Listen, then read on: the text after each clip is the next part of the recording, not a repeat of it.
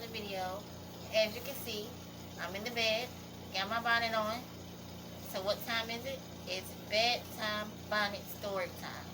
If you have not already, go back to the last bedtime bonnet that I have and come back to this video.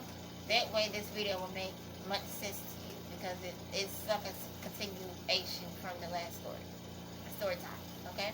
So this story time is going to be about the time that I gave birth to my son. It is going to make sense on the reason why I have the trait and things like that. Okay, so as you can tell by the last video, I explained that I had my son when I was 6 months pregnant with him, 25 weeks. And what happened was, one day, I went to my sister's house to stay all night with her. I think I stayed all night with her for about 2 days.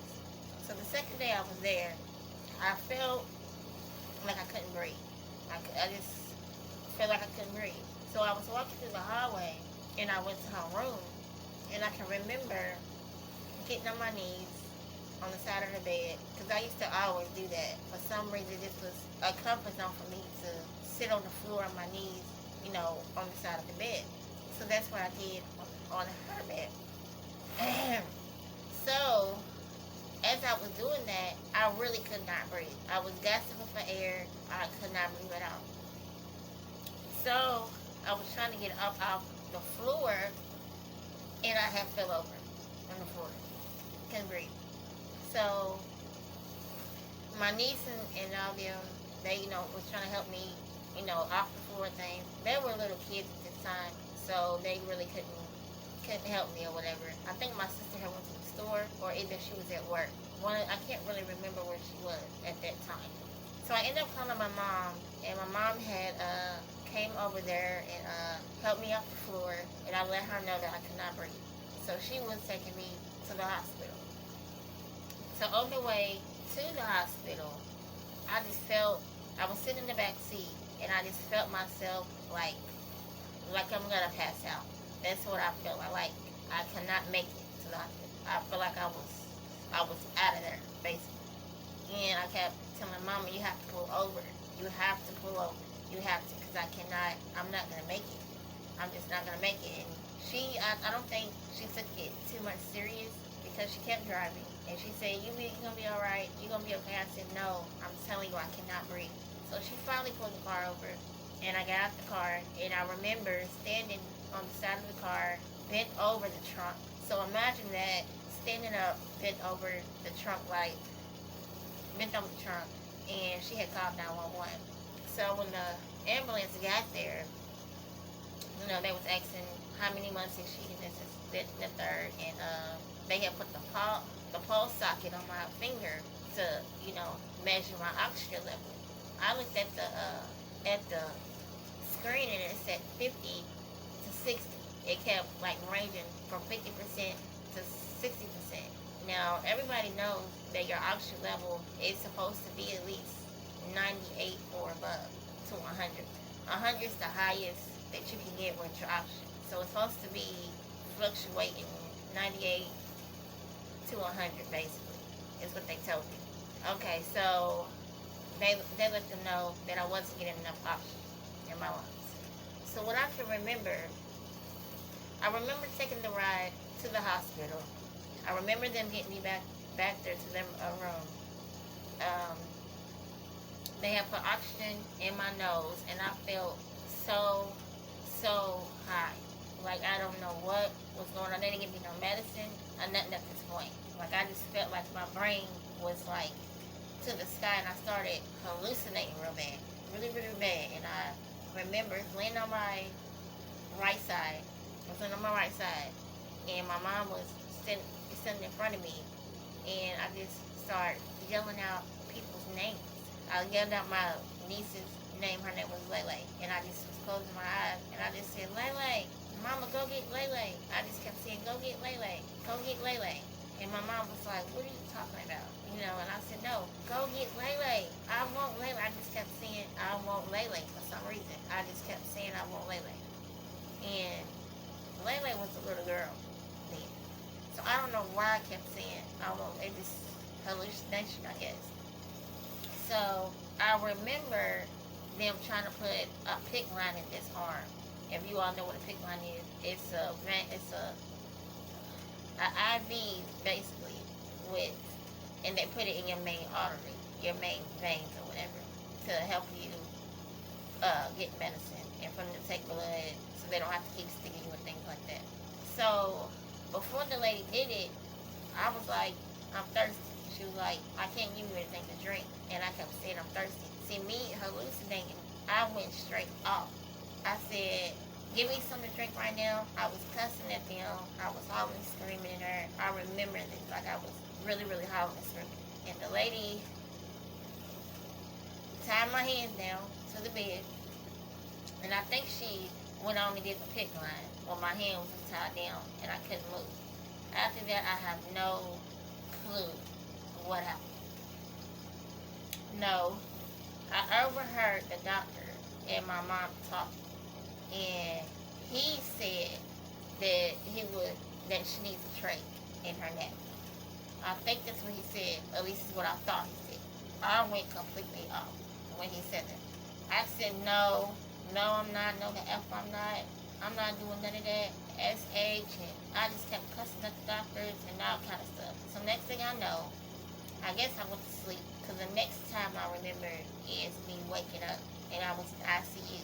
I was still pregnant. I still had a belly, and I was on life support. I had the ventilator through my mouth. I couldn't talk. It was down my throat. I looked around. I had tubes everywhere. IVs tubes. I had a tube in my nose that was feeding me food.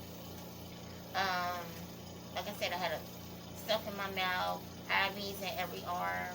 You know, I had some stuff on my legs, little compression cuffs on my legs and stuff. And I remember that, you know. So the next thing I remember, because they kept me so drugged up at that point. So I was like in and out. Every day I was in and out. So I remember waking up another time. And I guess this was a week later. I'm pretty sure I woke up, you know, days prior to that, but I just can't remember. And but the next thing I do remember is me waking up, and it was like a whole bunch of doctors in my room. I knew it was like 10 or 11 doctors in there in white coats and like nurses and everything. It was 10 white coats and I think 2 or 3 nurses in there. And one of the doctors was actually in front of me, and he was like, Miss Johnson, you know, we're gonna have to take the baby, you know. And I was so high and out of my mind, I was just like, okay. Well, I couldn't talk, so I just shook my head, okay, basically. So at this point, I didn't have the trach in my neck. At least I don't remember having the trach in my neck at this time. I don't think I did. I can't remember if I had the trach before I had him or after I had him, but I'm pretty sure it was after I had him, if I'm not mistaken. So I woke up again.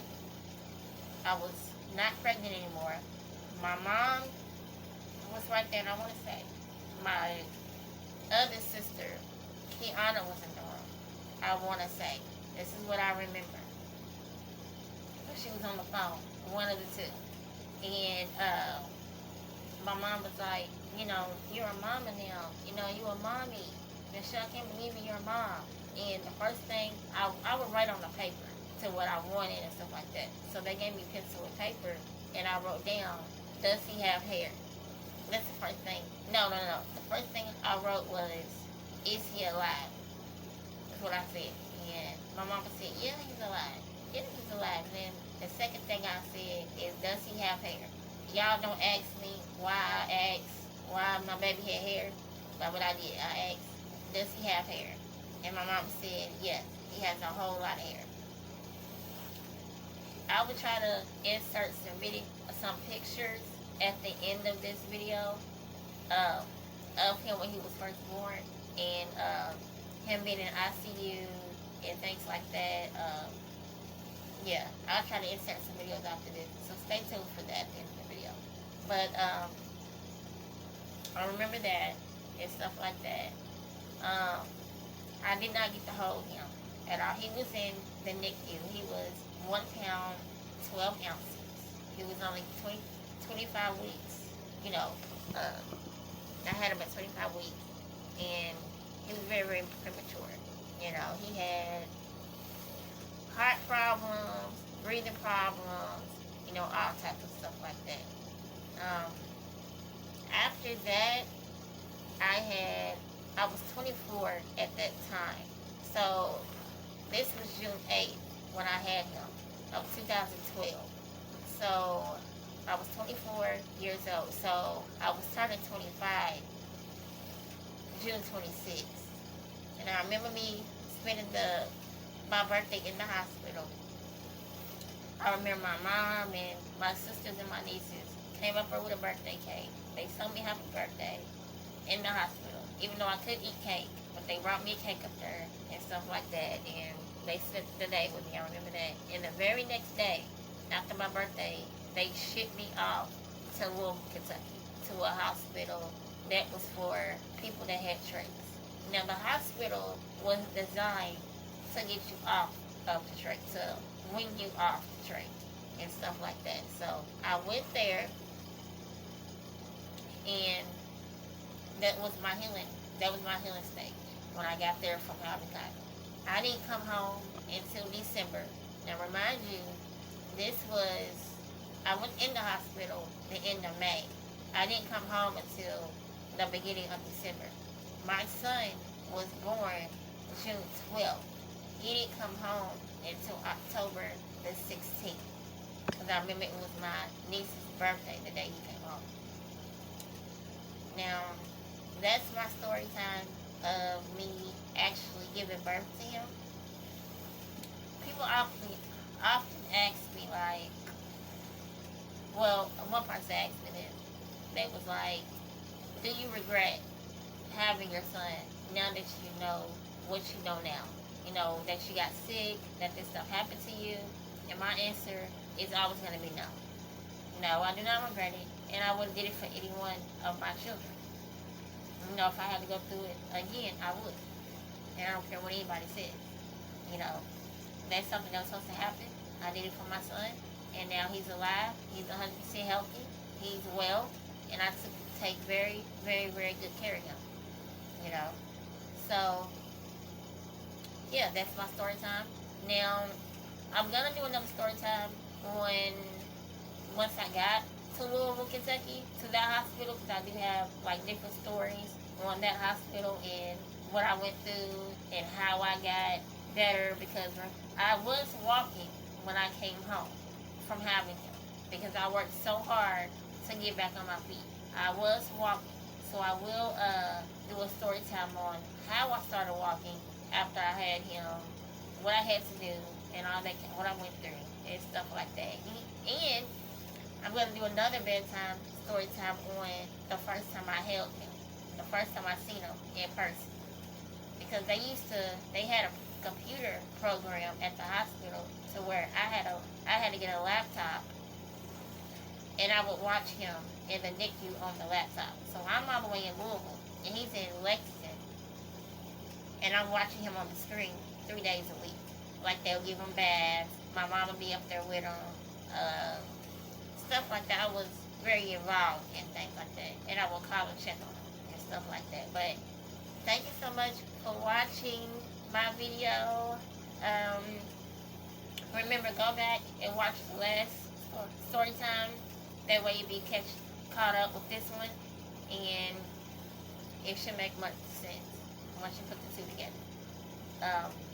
Don't forget to like, comment, and subscribe. Our goal is to get to 1,000 Shelly babies and Shelly beans. So don't forget that. Yeah.